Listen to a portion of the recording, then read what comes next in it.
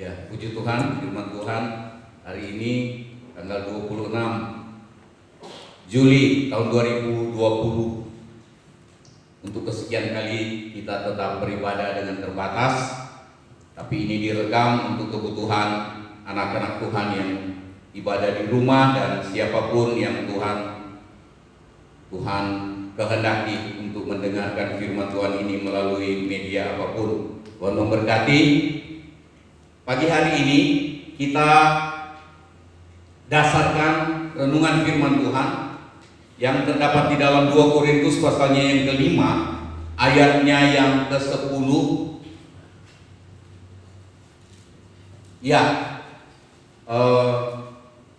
Kita lihat dulu 2 Korintus 5 ayatnya yang ke-10. Yang hadir boleh ikut baca bersama-sama dengan saya. 1, 2, 3. Sebab kita semua harus menghadap takhta pengadilan Kristus, supaya kita setiap orang memperoleh apa yang patut diterimanya sesuai dengan yang dilakukannya dalam hidupnya ini, baik ataupun jahat. Pagi ini saya beri tema pengadilan yang adil. Wah, kalau kita dengar ada pengadilan yang adil, pasti kita beramai-ramai cari tempat itu untuk mencari keadilan. Tapi saya ragu, apa di dunia ini masih cukup banyak pengadilan yang adil? Meragukan.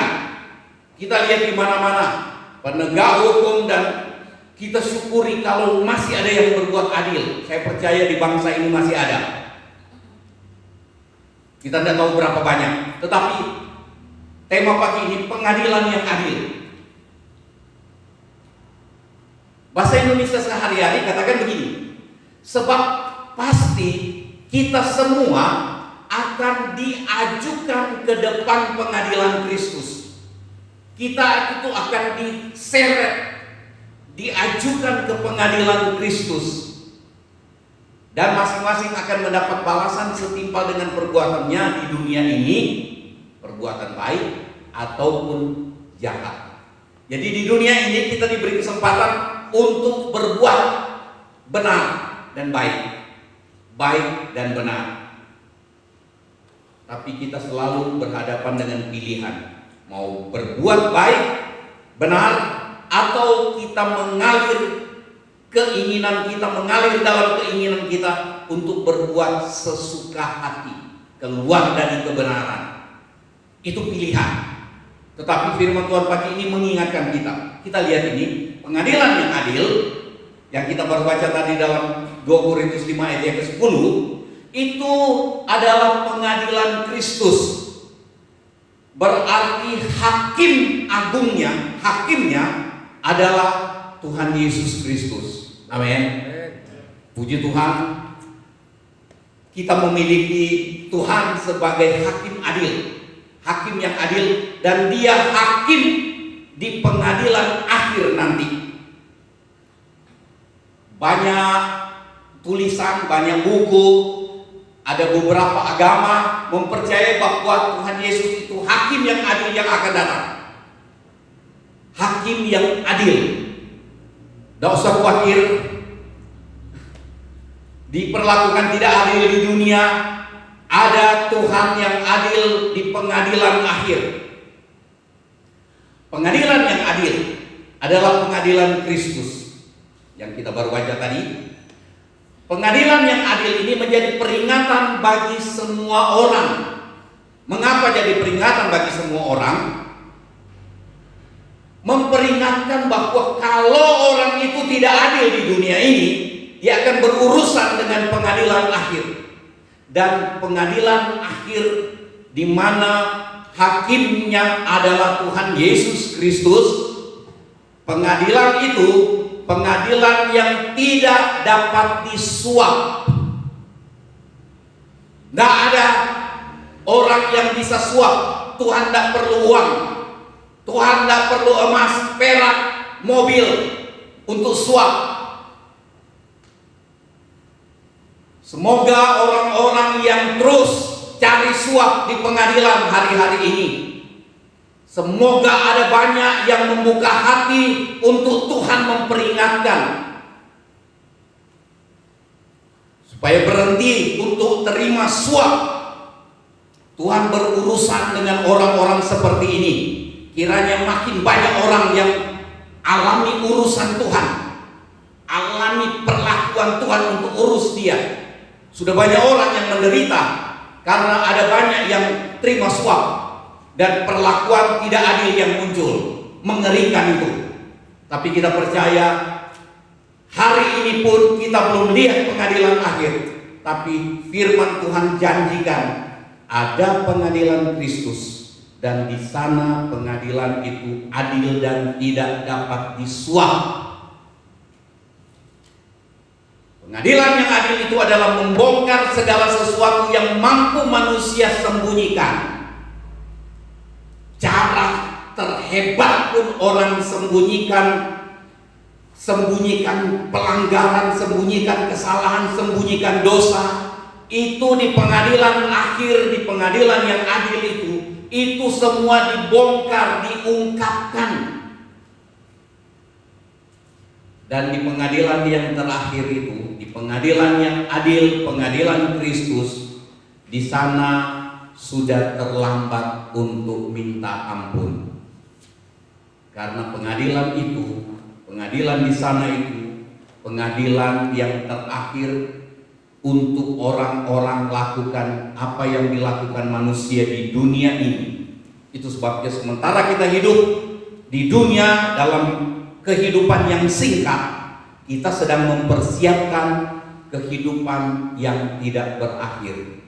Gunakan kesempatan sementara Tuhan kasih kita hidup. Amin. Saya percaya corona ini adalah salah satu cara Tuhan memperingatkan manusia. Baik tokoh-tokoh gereja, tokoh agama, tokoh-tokoh bangsa, Tuhan sedang peringatkan. Melalui keadaan sukar hari-hari ini, Tuhan sedang peringatkan bahwa manusia tidak berdaya, supaya orang-orang datang merendahkan diri kepada Tuhan. Tujuan Tuhan supaya semua selamat. Amin. Tujuan Tuhan buat saudara dan saya pagi hari ini supaya kita selamat. Nah, pengadilan yang adil ini kita melihat dua hal saja pagi hari ini di dalam pengadilan yang adil. Tapi lihat dulu ayat ini, Pengkhotbah pasal 12 ayat yang ke-14. Boleh baca sama-sama dengan saya? 1, 2, 3. Karena Allah akan membawa setiap perbuatan ke pengadilan yang berlaku atas segala sesuatu yang tersembunyi, entah itu baik, entah itu jahat. Firman Tuhan bilang Allah akan membawa setiap perbuatan ke pengadilan. Tidak ada satupun kita yang luput dari pengadilan ini. Allah yang seret. Ada orang yang mampu lari menghindar dari pengadilan. Di negara satu dia lari negara lain sembunyi. Mungkin sampai mati dia tidak bisa diketemukan. Tapi pengadilan yang adil, pengadilan Kristus, firman Tuhan bilang Allah akan bawa semua perbuatan ke pengadilan itu. Semua orang dan semua yang tersembunyi diungkap. Wah, kaget kita. Diumumkan ke semua orang. Nanti kita lihat itu sebentar. Nah, yang pertama kita lihat di pengadilan yang adil, pengadilan Kristus ini adalah yang pertama apa? Mengumumkan semua yang tersembunyi di hati manusia. Oh, pengadilan di dunia ini, sehebat apapun pengadilan yang dilakukan di dunia ini, termasuk di negara kita Indonesia ini, tidak mampu membongkar semua yang ada di hati manusia. Tetapi pengadilan Kristus, pengadilan akhir itu adalah pengadilan di mana semua yang disembunyikan di lubuk hati manusia yang terdalam sekalipun dibongkar, diungkapkan, diberitahukan kepada seluruh manusia, kepada seluruh makhluk. Semua tahu, dari setan, malaikat sampai manusia, tahu semua. Mengerikan ya, begitu hal memalukan diungkap. Woi, di sana sudah terlambat minta ampun. Lebih baik berurusan minta ampun sementara hidup di dunia ini. Amin. Semoga yang akan dengar firman ini bilang amin. Roma 2 ayat 16 katakan begini, hal itu akan nampak pada hari bila mana Allah sesuai dengan Injil yang kuberitakan akan menghakimi segala sesuatu apa? Yang tersembunyi dalam hati manusia.